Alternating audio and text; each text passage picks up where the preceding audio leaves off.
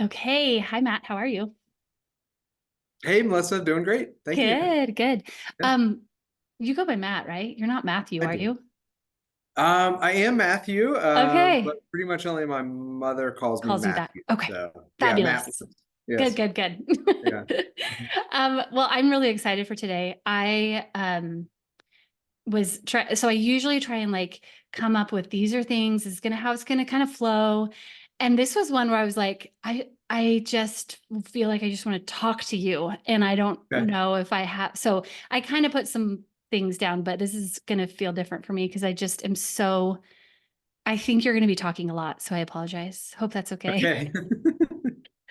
Fair enough. I'll do my Um, best. yeah, I think I told you this, but I'm gonna tell my audience that I found you because my friend Heather posted on social media that you were dropping a new podcast called The Proximity Process. How long has it been now? How long has that been? That's a good question. It's so we just released episode 21 Okay, on Wednesday, and but I've been doing weekly episodes, so it was yeah. just a couple months. Yeah, Okay, yeah. yeah, 3 months. And so when, of course, when she recommends something and she had this beautiful paragraph about why everyone should listen to, I immediately subscribed. And it just like is so good, first of all. And Thank you. this is the thing too, is like, I don't have to necessarily agree with everything that you're saying or your points of view, but I Sure. still want to hear it. I still want to listen. I still want to Yeah, learn and grow. yeah, Although I will say it, I think we do agree with a lot, but I sure. just wanted to make sure, people know, like, even if they don't agree with you or your thoughts or your opinions, it Yeah, still is so good the way you present it in a very non-judgmental way. Like, hey, these are things we should think about, right? yeah, So anyway, yeah, enough about that. I just yeah, yeah, yeah. wanted to make And I sure. would just add there too that my hope is, and this is always hard to do, but for that show, I want my audience to be a lot of people that don't agree because Yeah. that's the process, right? Of like asking ourselves deeper questions about, the world in which we live, and is it Yeah. the way we want it? And Yeah. yeah, so anyway, yeah, Yeah. So it's good. yeah, Um, cool. so anyway, let's go back a second because, Okay. I would love for you to introduce yourself and tell Sure. people who you are. Yeah, yeah, happy to do so. So, my name is Matt Anderson, and about a year ago, I started my own company called Proximity Design Studio. So I started that as a media production and strategic consulting company, which is kind of two weird things to put together, I think, especially as a social worker Yeah. who spent 20 years in the child welfare field. But I really wanted to be free to do the work that I believed in and that it matched my values and who I am, and that works towards the North Star of my company, which is investing in the well-being of parents to keep families together. In Mm-hmm. other words, let's invest in parents as a way to prevent kids from coming into foster care. Mm-hmm. And so that's where I am today. That's what I do. And I'm from Pittsburgh, Pennsylvania originally, and we were just saying that we have some connection. I lived in Missoula, Montana for 14 years and did my master's of social work at the University of Montana and started my child welfare career there, working with kids aging out of foster care. So I've kind of come Crazy. Yeah. full circle Yeah. from, trying to prevent kids from aging out of foster care to how do we prevent kids from ever coming into foster care in the first place? Yeah. Yeah. Um, like, let's just jump right in. How did you get there? Like, Yeah. yeah. To where I am now, of Yeah. like this Yeah. is about preventing kids from coming Yeah. in. A lot. Yeah. Maybe I'll like hit some high notes and you just dive in and ask for details because there's a Yeah. lot of story content and things that have happened over the years. But it's been interesting, right? So my career in child welfare started in 2007, working with kids aging out of foster care. And I've had an evolution of what is the question that I'm trying to answer with my work. Hmm. And there's been an evolution of three different questions. Okay. And the first one was, how do we prevent kids from aging out of foster care? Hmm. And that question came from working with kids who were aging out of Aging. foster care. Yeah. And like, Yep. that was my job, was to help them transition into independent adulthood. And I watched kids age out into the statistics of homelessness, incarceration. Mm. Like there was a broken promise, a failed promise that we made Yeah. to to these kids, but even more so to their parents and their family, and said, "We'll do better for your kids than you can." Yeah. And then we aged them out into homelessness, incarceration, right? And so we failed. We broke that promise, and I felt like that was wrong, and we have to prevent this from happening. So Hmm. spent the first part of my career on that question, and then that led me to Children's Home Society of North Carolina. Okay. So I spent 11 years there, and I spent the last 6 years running our foster care and adoption program. Okay. And so it was, the largest program in the state. We served about 1,200 kids a year. And when I took over that program, I really wanted to, because even at that time, I'm like, foster care is not the best thing for Yeah. kids Yeah. or for families. Like, this is not the best situation. So, how do we organize and sort of revamp our program to be the best possible foster care program in the country? That was Okay. sort of like our ambition. Yeah.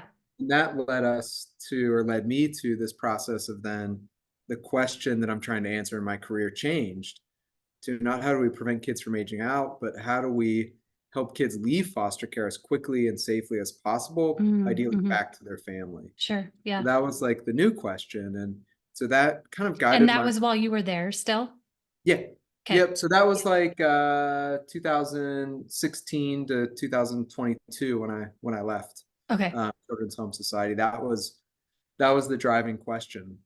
Yeah. How do we help kids leave foster care? And so we did a lot of work to change our program and our mindset and our culture and our practices and policies and all of that. And we really put our focus on using our program as an opportunity um, to reunification, helping Okay. kids reunify to their parents, to leave foster care back to their parents. So that was kind of how we were going to go about changing our program to not a foster care and adoption program, but a foster care to Mm. permanence Wow. program, Yeah. starting with reunification. Yeah. And so that was the shift then. And then in 2019-20, we launched the Institute for Family within Children's Home Society. Okay. And this was a little bit of like a hub of innovation of sorts for us as an organization to think about how do we move further upstream, quote unquote, Yeah. um, to do prevention work, preventing kids from coming into the system. So that was like an entry point to me, kind of going back to some of my roots of like, who are my teachers? Who Yeah. do I need to learn from? Who do Hmm. I need to be in relationship with? And at that point, I decided, well, that's parents of kids who are in foster care. Hmm. We're serving all these kids who are their parents. Hmm. So Yeah. it's a process of making parents and their experience of the system visible to me, going from invisible to visible, and Sure. being in relationship and learning. And as I went through that process, and a lot of other things happened too, that just got me to this place that, so many kids come into foster care for reasons that they should not. Hmm. It's harmful. The Hmm. act of removing a child from their parents, from their family, from their It's, culture, yeah. community, It's a it's it's trauma. Yeah. it's a trauma. Yeah, Yeah. it's a trauma, and it does harm. And we shouldn't do harm if we don't have to. Hmm. But it's also harmful to their parents, to their families, to their Yeah. communities. And these are generational harms that have been um, perpetuated within families of color, largely poor white Mm. families, specific communities. So these are generational harms that have been perpetuated based on values and beliefs that we have about families, and a system that has been built on those values and beliefs that operates in a way um, that I guess sort of makes it okay to do these kinds of harms to people. And I was just sort of seeing all of that, and there were a variety of like moments, Hmm. like very specific moments that happened to me that maybe we'll talk about, that just helped me get further and further into this place that if I stay in the work of um, like in the child welfare system the way I was running a foster care program, Yeah. that I'm not right with myself, and I'm not aligned with my values and who I am. Yeah. And so that just led me to um, a decision that I couldn't continue my work at Children's Home Society, and I left in the fall of 2022 Mm. and just, didn't have a plan.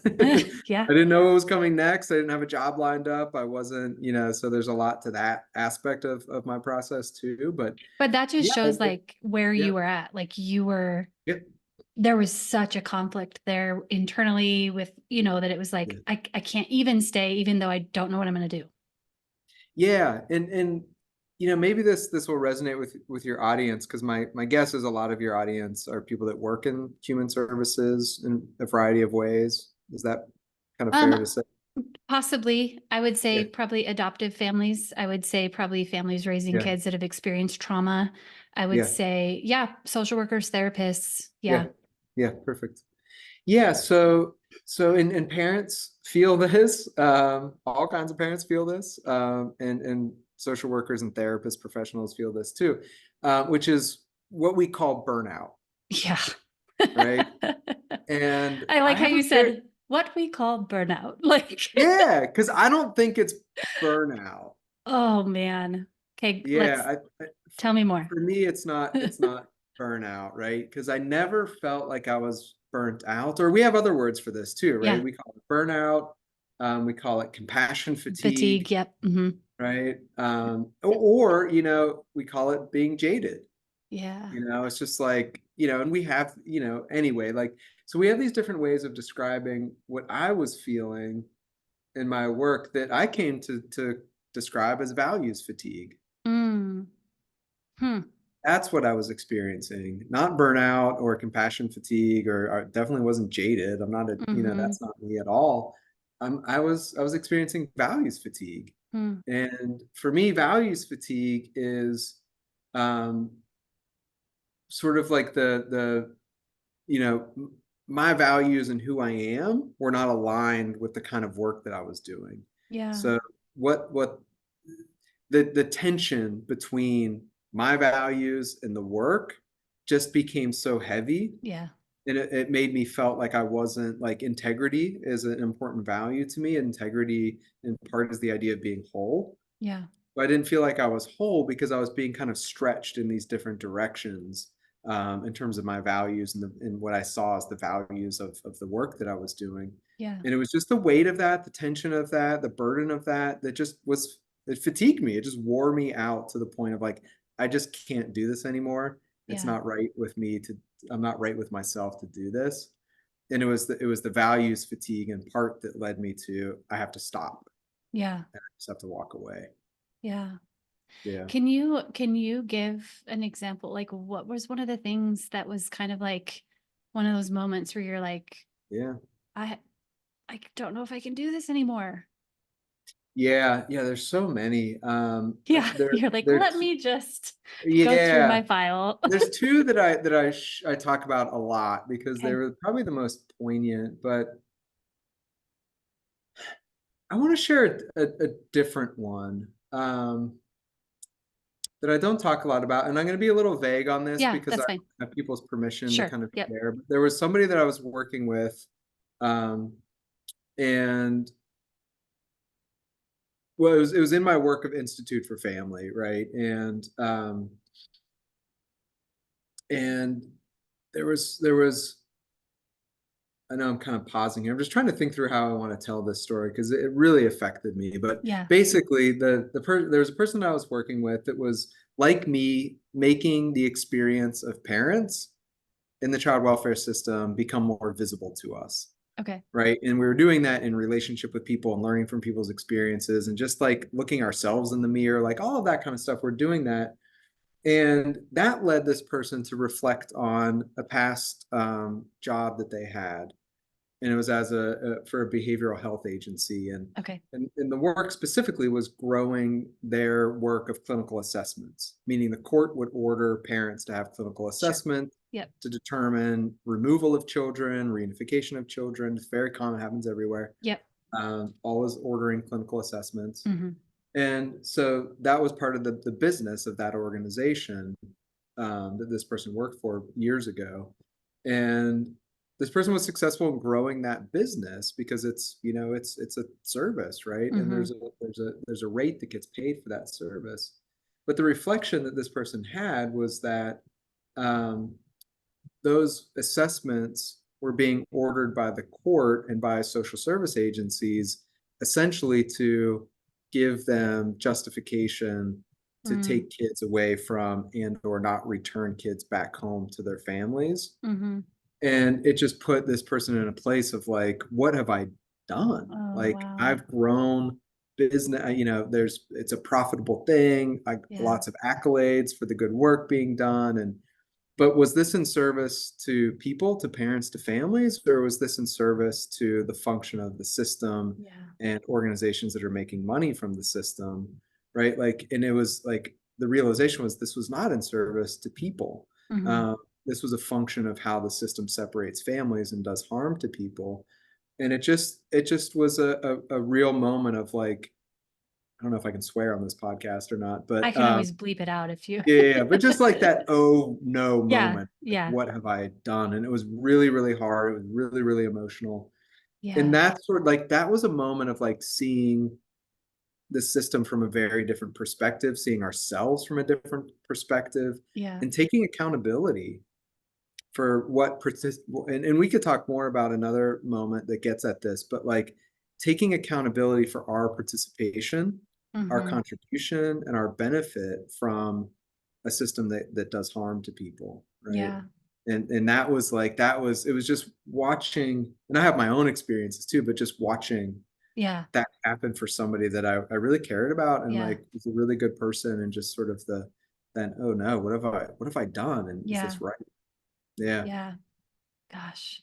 Yeah. Well, and I always, my brain just always goes to like parallels to parenting. Yeah. It feels like. And so I feel like there's a parallel there with, um, the moment that you realize as a parent, like, what am I doing? I'm like causing more harm to my kids right now with how I'm using punishment and judgment Right. and, Right. coming down on them harshly and trying to control them and trying to, you know, use the fear of God to get them to do what I want. Yeah. And then when you come out on the other side, and well, hopefully you come out on the other side and you parent differently, and like I can now parent from a perspective of being trauma informed and seeing my kids for who they are and what their needs are and the needs behind behaviors. Like for the longest time, I really felt that shame of like my oldest daughter and what I did to her and the harm Mm. and having to like process that in therapy to be like, Yeah. oh my gosh, it sits so heavy, right? And Yeah. there's that parallel there of you realizing what you've done, Yes. and maybe because you just didn't know, Yeah. or you thought what you were doing was good and right and Yep. just, Yes. but as you become more educated and informed, Hmm. it's like, oh, so hard. Yeah. Yeah. I mean, I think Maya Angelou often gets quoted with this or credited with this quote of just, you know, when you know better, you do better. Yep. Right. And it's Yep. That's it right there. you know, when another moment for me that I think you're kind of getting at here is this, you know, I've mentioned right relationship a couple times, Hmm. but you're getting at like a right relationship sort of issue that we have Hmm. as parents and definitely have as professionals, right? Which is the way that this was framed for me. It was sitting on a Zoom call, you know, just like this, but it was at Children's Home Society, and you know, all staff were there, and it was a diversity, equity, and inclusion training Hmm. a few years ago. And the facilitator was talking about relational equity. And so it wasn't a concept I had heard before, but she defined it just simply as being in right relationship with people. Hmm. And then she talked about relational equity practice. And so relational equity practice is what I was just describing. Like, um, am I participating in, contributing to, benefiting from a system that harms people? Hmm. Right. And so that just stopped me kind of dead in my tracks of like, it was on that Zoom call, like in a moment, I was like, Mm. whoa, like this gives me a completely different perspective on who I am. Am I in right relationship with people? So Yeah. then it's like, well, who, so for me, right relationship with myself first, and right relationship with parents and their children who are in foster care. Hmm. Or in your example, like, am I in right relationship with my daughter? Yeah. Yeah. Like, am I in right relationship with myself Hmm. because of how I'm in relationship with my daughter? Yeah. Right. And this is an everyday kind of practice. Am I in right relationship with people? Am I in right relationship with myself? And the way that I worked through that was, well, you know, um, right relationship with myself and the people I serve. I serve parents and kids in foster care. Am I in right relationship with parents and kids in foster care? And where I went with that was that if I were to sit with a parent whose child was in my foster care program and say, I see you, Hmm. and I value you, and I believe in you, and I Hmm. want your family to be together, and I want to support you, and then I'm going to be legally, and some I'm not legal, but like in some sense legally responsible for your child, Hmm. and I'm going to keep them in my foster care program and get paid to do so. And oh, by the way, the incentives and financial incentives are for your child to be adopted, Mm. right? And so how can I be in right relationship with that parent if I have these two conflicting Yeah.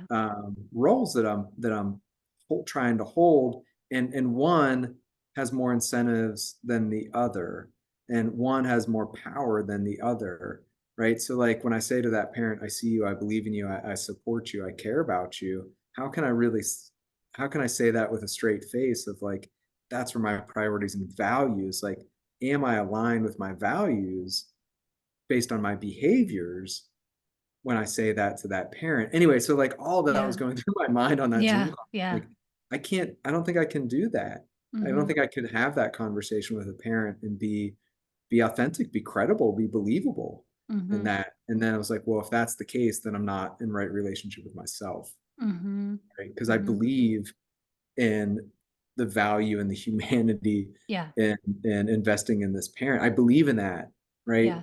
That's who I want to be as a person. Yeah. And but my behaviors are over here doing something different. I'm not right with myself. And it wasn't there was one other big moment that happened like weeks after that, and then it was a couple weeks after that that I decided to leave my And you're job. done. Yeah. Yeah. So what do you do about that? Like Yeah. how so many questions. Yeah, Like yeah, yeah. No, I get it. how do we change a system that is so broken, first of all? I mean, Yeah. that's the reality. Even though like the system is different in every state, it is still so broken everywhere. And there's a lot of like federal things. It's like the same in every state. But anyway, Yeah. um, like I almost feel like because I have a similar experience where I was the director of a foster care agency Mhm. and left in 2022 as well. Oh, okay. Yeah. Um, Yeah. What was but what was your what do you have a date? Do you remember well, your I last? started what I'm doing now on June 24th of 2022. Okay, so it was So before then. it was must have been like the 22nd or something. I don't Oh know. yeah. But That's I just remember saying, like, I just feel like because I had been in child welfare for 18 years, so now it's been Mhm, almost 20, but mhm, I just remember seeing like it was broken when I started, but it feels like it's getting worse and mhm, causing more harm to people. mhm, And I just remember saying, like, at some point, it is going to have to shatter so, break mhm. so bad, so hard, so whatever, that it can't be put back together and it has to be rebuilt. Yeah, And, but then how do you rebuild it? What does that look like? yeah, yeah. There's a lot. Yeah, a lot there. Hmm. I think that the like my first thought as you were kind of walking through all that was, well, we can't we can't fix the system Hmm. as the pathway. Like child welfare systems reform as the pathway um, is where I spent the bulk of my career, right? Hmm. Like macro level systems change, social worker, Hmm. registered lobbyist for 10 years in North Carolina, like always kind of systems level, right? And systems reform. and radical reform or transformation. Like, how far can we push reforming this system? Yeah. And it's not that you can't make progress, because you can. Yeah. And we've seen lots of things change in child welfare over the years. And there's, I think of like Think of Us right now as an organization that is becoming very prominent and doing a lot of good work around group placements, kinship care, Okay. really kind of pushing the envelope. Yeah. Important work, and they're doing good work. Okay. But I say it's not the pathway, because where are we going, right? Yeah. Where are we trying to go? And for me, where I want us to try to go, where I want to go, is to justice, Yeah. to freedom, to liberation, right? So I think our North Star needs to be not our system better, the best it can be. Our North Star needs to be social justice, racial justice, economic justice, Mm. because these are the things that are at the foundation, the root of why the child welfare system exists the way that it does. Hmm. Right. And so if to your point of like, if the system is going to shatter and be rebuilt, then we have to step away from the attempt at reforming the system Hmm. and move into a place of, let's imagine a world in which families experience racial justice, social justice, Yeah. economic justice. And that Yeah. vision is there. There's visionaries that go way back. There's practitioners and activists and authors and researchers. Like, the vision is out there of what Mhm. that world looks like.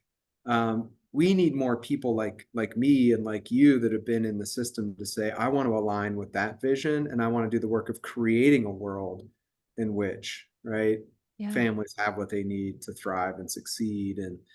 And so I think that's part of my process, right? So, like, you mentioned the podcast, the proximity process that I do. Yeah. Every episode starts with the line of change starts with us. Hmm. And that's like, for me, it was a transition of systems reform, social worker, macro, like the unit of change is policy or practice or financing. So the unit of change is the individual human, Yeah.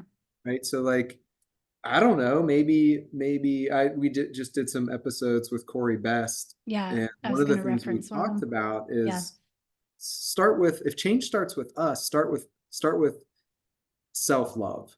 Yeah. Start with loving ourselves, right? If I love myself, then I will express that love in the world, Hmm. right? And if my work is an expression of love and is seeking belonging, then we're not going to have the kinds of systems and institutions, policies and practices that we do, Yeah. right? Because those systems and policies and practices are not grounded in love and belonging and freedom. And so that's a harder, longer, like, Yeah. I don't know. I'm still figuring out how exactly you do that, but that's the place that I want to be in, right? Yeah. Of how do I use my life as an expression of self-love and understanding that we all belong to one another, Yeah. and we should create a world based on that. Yeah. Yeah. But in the meantime, we have a system that's not trauma informed and Yeah. is, um, I just, so I'm a parent coach as well. Like I just Okay. do a lot, right? Yeah, cool. I And, like it. but this is what I see is these kiddos who have either been reunified with their parents. And so now I'm helping the parents navigate like parenting their kiddo who's experienced trauma, maybe from them, but also from the system. And, but then the system doesn't help them. So then Right. it's like this vicious cycle of like, but now you have to be the best parent or we're going to swoop in again. Yeah. But also this kiddo is just like hurting and his brain has been rewired and his body feels different because of trauma. And so from that to, Yeah. families who are in the foster care and fostering, and I'm trying to help them help these kids who are trying to reunify with their parents, but are hurting and experiencing trauma and being moved Right. 5, 6, 7 times in a year. And Right. to all the way on the other end where we're talking like adoptive families that are like, Right. like we've tried everything and nothing is working. But Yeah.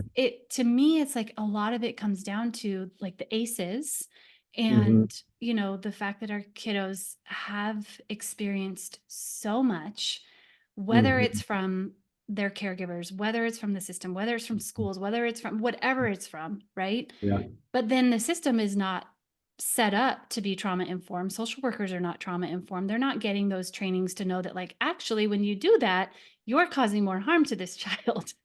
Right. So, so what do we do with that? Hmm. Um, yeah, it's tough, right? Because, I mentioned, running a large foster care program. And so part of what we did was we said we're going to move because we called it, this was our culture and our language was we have a foster care and adoption program, Okay. right? And so, 17,000 adoptions the organization had completed in its history. Wow. So that's gives you a sense, right, of Yeah. the organization. And so we said we want to move from foster care and adoption to foster care to permanency. Yeah. Permanency in the legal sense, reunification, guardianship, adoption, Yep. custody, Yep. right? Those outcomes of permanency, and reunification being like we want to prioritize that Hmm. and develop policies, practices, training, everything around that. And then we also said, okay, we need to do, so we brought in the ARC model, Okay. attachment regulation Okay. competency. Yep. So we trained all of our staff on that, and then we're Okay. training our foster parents on that. So it's like, yes, like there's so much that can be done like that, right? Within systems and organizations that bring Yeah. this different perspective and knowledge. Um, but it's solving the wrong problem, right? Yeah. It's simple to see in the sense of like, you know, um, a child keeps putting their hand on the stove and burning their hand, Hmm. and then we go get aloe and treat the aloe with aloe and wrap it up, and that's like trauma informed care. Hmm. Like, no, like get the kid away from the stove or turn the Yeah. stove off, or right, like maybe that's kind of a crude analogy, but I think it's real in the sense of like what problem are we solving? Are we trying to treat the burn, or are we trying to stop the burn from happening? Yeah. And I think true trauma informed care is to be informed Yep. on the level, informed on why the trauma is happening in the first place. And that's not all necessarily because the child welfare system is getting involved in doing harm, Right. right? There's other traumas that are Yeah. being Absolutely. experienced too, Yep. right? And this is where, like, I go to a place of like, if we want to be truly trauma informed, then, invest in the well being of parents to keep families together. So, what Yeah. does that look like? Yeah. Well, we know that, and you know this too, like a lot of kids come into foster care because of unsuitable housing. They're living in the car with mom who just lost her job, Hmm. and they come into foster care. So, and then we pay tens and tens of thousands of dollars to place that child in foster care annually, right? So why would we not Pay rent for mom. pay rent for mom? Like, wouldn't that be more trauma informed care? You know? And there's all kinds of things that you could look at like This that. may or may not have happened recently for me, where I'm like, Yeah, just pay the rent. pay the rent. Seriously. Yeah, or the child care, or the Yeah. rent and the child care, Yeah. or so I mentioned Proximity Design Studio Hmm. is a media production and Hmm. consulting, strategic consulting company. So the first video that we produced was a short film for Mothers Outreach Network. Okay. And they're here in Washington, D.C. And they have a pilot program called Mother Up. So Mother Up is a guaranteed basic income program for Black mothers in DC who have current or recent CPS involvement. Hmm. And so Mothers Outreach Network is just saying like a more trauma-informed approach is to give parents struggling with poverty money so that they can be more present and attuned and supportive Yeah. to their family, to themselves, to their children. And then we don't have to be investigating and surveilling and Yeah. removing their kids. Like we have trauma, that's trauma-informed care. in my opinion. And so we have choices to make about like what problem do we want to solve? Do we want to heal the wounds, or do we want to prevent the wound from happening in the first place? Yeah. And how do we want to, like, we have policy choices too. Do we want to put $32 billion a year into paying foster parents? Or do we need, because I'm not of the mind that we're not going to need some sort of child protection. Right. Well, Sure. that was going to be one of my Yeah. questions too, is Yeah. like there is a place there are situations where kids truly are not safe, and there's no matter what resources you Yeah. offer, like they're just not safe. And so there Yeah. is, I think, Yeah. some situations where Yeah. foster care is the answer. Yeah. Would you like where do you fall on Yeah, that? no, I still like, I'm evolving, right? Like my Yeah. process is to be, very critical of my thoughts Yeah. Yeah. and my assumptions and my biases and my prejudice and what I've been taught, um, taught as a white man growing up in a Yeah. racist Yeah. society and Yeah. culture. Like, just constantly ask. So anyway, so I'm still of the mind that there are people that are going to do significant unthinkable harm to each other. Mhm. And sometimes that's going to be apparent to a child. Mhm. That is not why we have a child welfare system. Mhm. Okay. Current modern day child welfare system is not in response to that. So I think that we still need some way to deal with when those situations, which we know, like that, Yeah. it's very rare, Yeah. and it's the minority of the types of cases that we see in dependency court in the child welfare system. But we still need to do something to keep kids safe in those kinds of situations. Yeah. Yeah. So I am of that mind.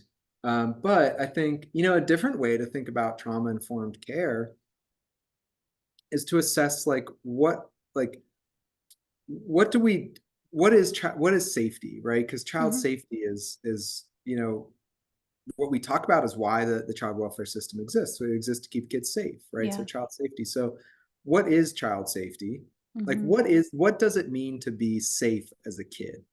Yeah. It's a wildly subjective question, Yeah.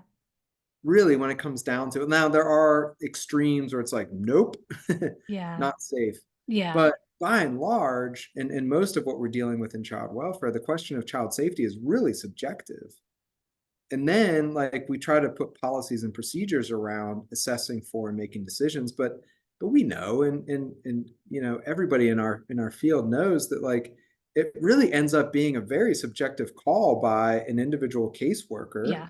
Oh, yeah, about what absolutely. they're seeing and what Yep. questions they're asking in the moment to assess and all that kind of stuff. And they might be 26 years old and fresh Yep. out of like that whole narrative, Or right? We know 23.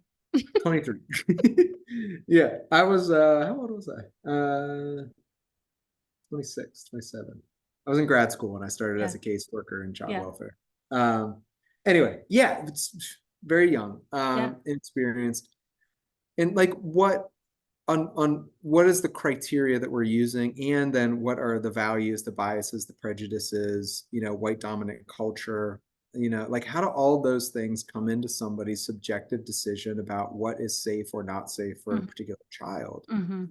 And that's a big issue, Mhm. to say that, like, so anyway, so my I think where I was going with that is trauma informed care might be asking what is child safety really, Yeah. and, Yeah. and how do we, because that's, anyway, I'm gonna stop rambling. No, you're good. And well, and I Yeah. think, I was thinking about, are you familiar with TBRI, trust-based relational interventions, or the I Karen don't. Purvis Institute in Texas? Oh, I know her. Yeah. Uh-huh. Okay. Yeah. So, the I think it was the Karen Purvis Institute of Child Development created this documentary several years ago called "All Rise for the Good of the Children," I believe. Okay. Okay. I'll get the right one and link it in the show notes, but it's Sure. the idea of um,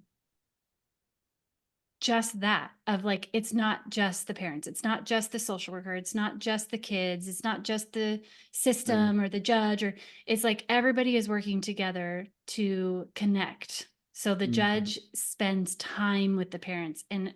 connects with them and really sees them and values them as a human Yes. and is on their side and cheering them on. And there's their attorney and the social worker, and there's all these people that are Mhm. with this idea that trust-based relational interventions is what is going to help this family stay intact while also healing and also dealing with whatever traumas may have already happened that we can't go back and change.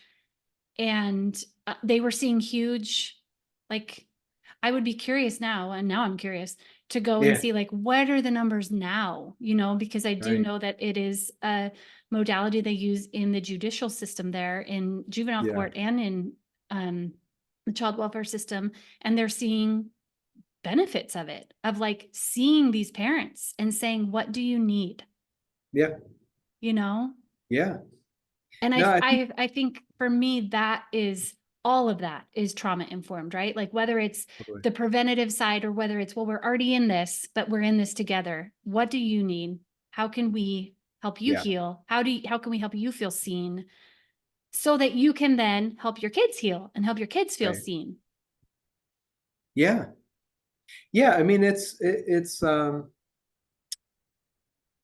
I'm totally with you. And there's just something about getting down to the core element in this work of just, I see it this way that there is no separation between us Mm, as people, as humans, right? mhm, We really all are one, we're all connected. There's a shared humanity that connects us all. And that is, to me, that's a truth, right? yeah, And but that has nothing to do with society and culture and laws and policies and yeah, practices and organizations and systems. Those are all man-made, sort of institutions that largely have ignored or forgotten the fact, the fundamental truth that we have a shared humanity. yeah. And so I think for me, trauma-informed care also means like, let's come back to the shared humanity. Mhm. And for example, right? I did the podcast that I did before called Seen Out Loud. Okay. We did an episode with a woman named Elise, and Elise, all she ever wanted was to be a mom, Mm, and so she had her first child, daughter. In her, she gave birth to her daughter handcuffed to a mhm, hospital bed, and her never held her daughter. Her daughter was removed and placed in foster care. And she tells this story and says, look, like on paper and in real life, I didn't look good. mhm, She had, I don't know, I forget the number, many felony mhm. charges Yeah, over her. Right. This is like addiction, homelessness, yeah, all of the stuff. Right. Like yeah. if we don't understand the full humanity and our shared humanity, the full humanity of who Elise truly is, if we don't see that, this is an easy shut and closed case. Yeah. Yeah. Termination of parental rights, adoption, like that's where this was going 100%. But people stepped in, her guardian ad litem stepped in and saw her in her full humanity Mm, and did some things there. But what really happened was um, the court had been petitioned to terminate parental rights. mm, And the judge said, I've never seen this mom in my courtroom. Where is she? Who is she? What's mhm, going on? Like, I'm not ready to hear a TPR case. And so, I don't know. I guess they delayed that or postponed that, and she was brought into court. She was in the same building in a mm, jail cell. Is the way she tells the story. So she comes in her orange jumpsuit and mhm. shackles, not looking like the Yeah, picture of a safe mother, yeah, a capable mother, but that's all she ever wanted. She wanted a chance, right? And so this judge said, I'm not hearing this case until this mom is in the courtroom. And she mm, said when she walked in, she just wanted to be seen. She just yeah, wanted to be yeah, valued as a human being, treated like a human being.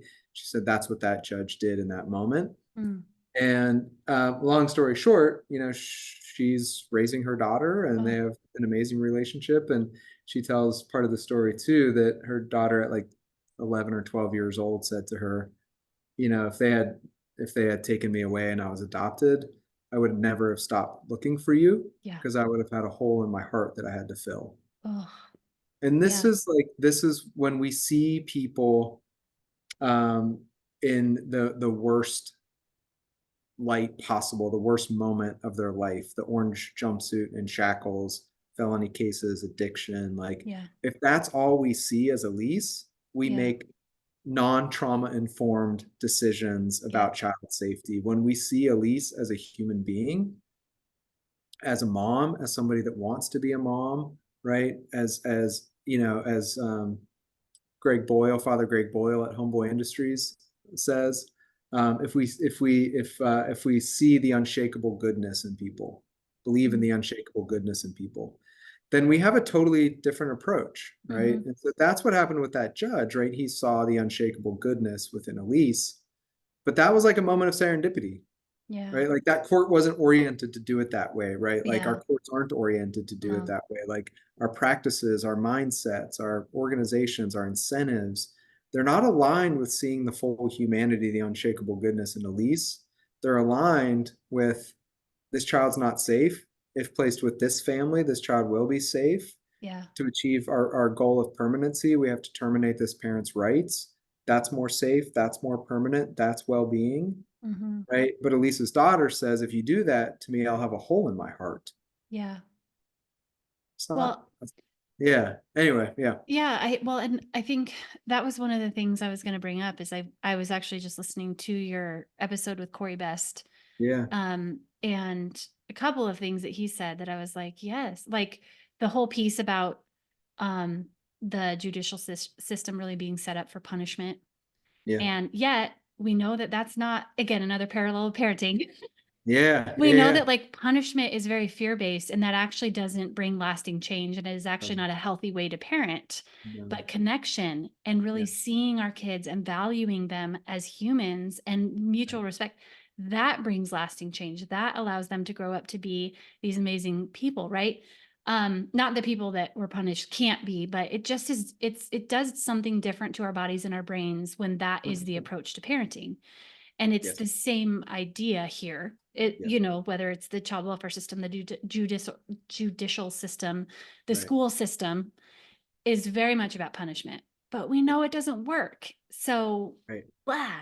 But so that was one of the things. But the other thing that he talked about was, I don't actually remember exactly what he said, but it was along the same lines of his son not knowing that he was adopted until right, literally right before Corey met him or yeah, called him. yeah, And yeah, I just am like, I still don't understand that. That breaks my heart to be like, that oh gosh, I'm gonna get emotional. Because what my son is adopted, he's 6, and he knows who he is. He knows his first dad, he knows his tummy mom, he mm, has grandparents that he spends time with all the time. And I can't imagine taking that away from him, right? Like, why, that just is so heartbreaking to think that Corey's son didn't know, but knew, right? right, Because just yeah, like that little girl that said, I would have a hole and I would find a hole in my heart, they mhm, know that like yeah, my yeah, people are out there somewhere. yeah, yeah. Oh, I think that, part of what Corey and I talk about in that, I don't know, we did 2 episodes, so I don't remember where it probably came up in both, but the bond, right? The bond that exists between parent and child, father, son, yeah, mother, whatever it is, right? That bond, not only is it unbreakable, and that's a lot of what we talk about, that when the gavel drops on termination of parental rights, it's an attempt to break those bonds, right? yeah. And and you can't. It And doesn't go Corey's away. story is just Yeah. one example, and there's countless examples of how that attempt to break those bonds fails. Hmm.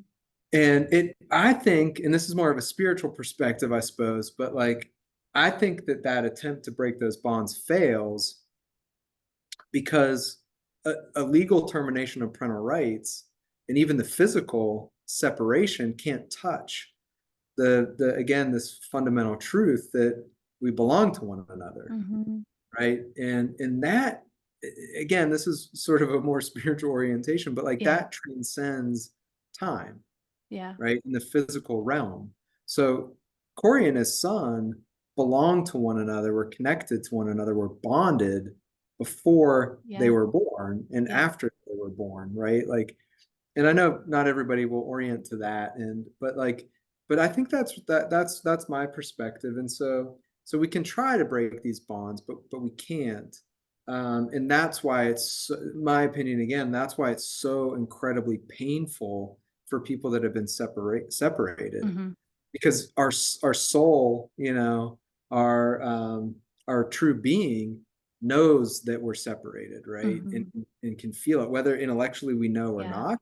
Yeah. We know and I we feel it. feel it, Mm-hmm. and it's painful. And I remember when I was at Children's Home Society, we had a lifelong post-adoption program. Mm-hmm.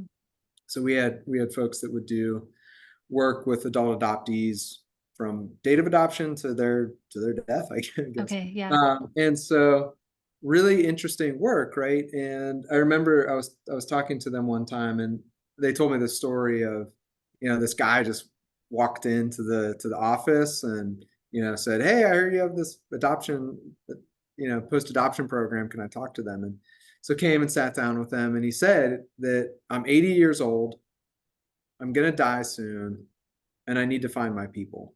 Mm.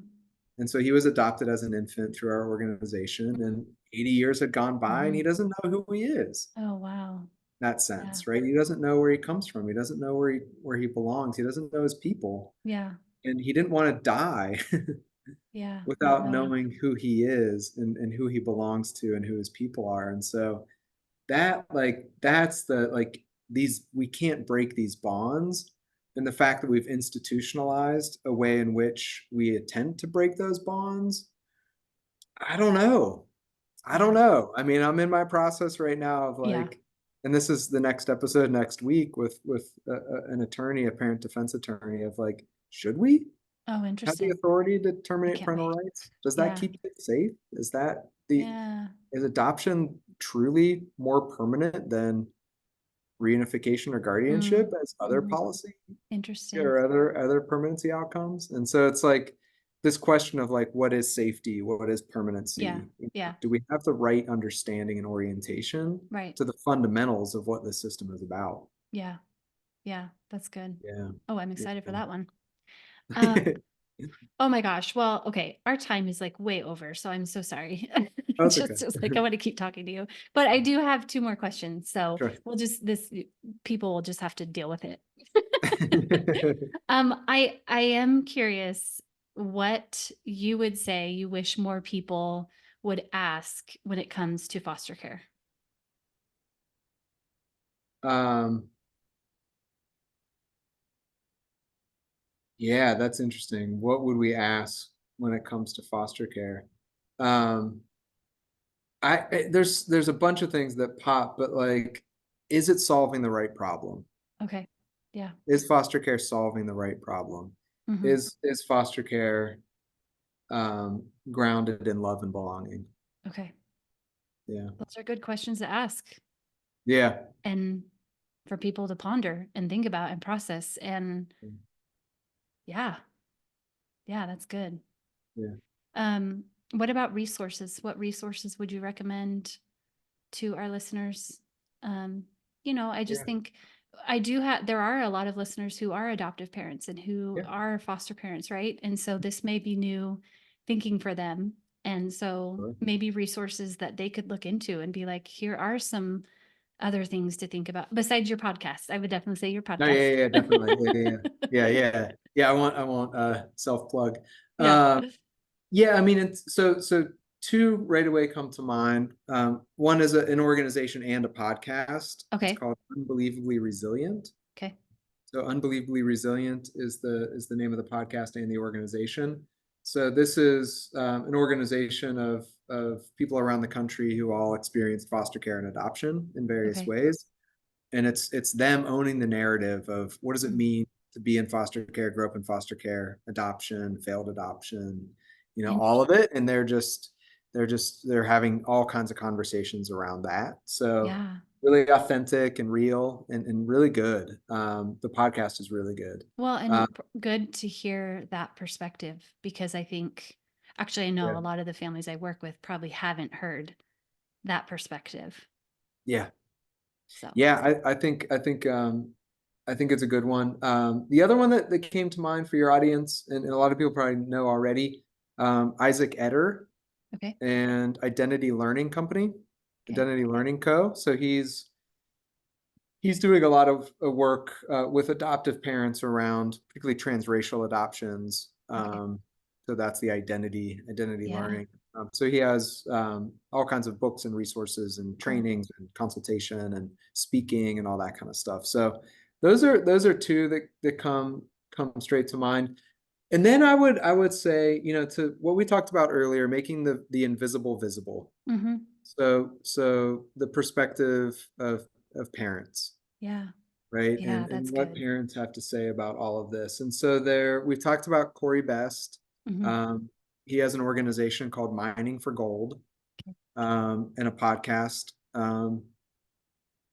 called Audio Nuggets. Okay. I don't know if that's the exact title, but I'll look it up. Yeah. yeah. But anyway, so and then I think that I really appreciate so there's Dorothy Roberts and her books, I think are good. They're very good. And then Mm-hmm. somebody that I just really appreciate because she will really, make you stop and think. And that's Joyce McMillan, Okay. J Mac for Families. Okay. And I think so I think that, I think that That's like good. making like where can you make the invisible visible to Yeah. yourself? And those are Yeah. some sources. It's so important too. Yeah. Yeah. Cool. Oh Yeah. my gosh. Thank you for this time. I know Yeah. I don't think I asked you any of the questions I wrote down, but but I also got them answered all at the same time. So Okay, good. just keep doing what you're doing because I really love your Okay. podcast and I love listening to Thank you. you. And I'm gonna look up all this stuff because I Good. haven't heard of maybe 80% of it I haven't heard of. So I'm excited Yeah. to grow and Yeah. learn. Yeah. So Good, good. yeah, Yeah. cool. Thank Okay. you. Yeah. Have a great day. Stay warm. No, it's warm there. It's not warm here. It's kind Warmish. of warm there. Yeah. Warmish. Okay. Bye. Thanks.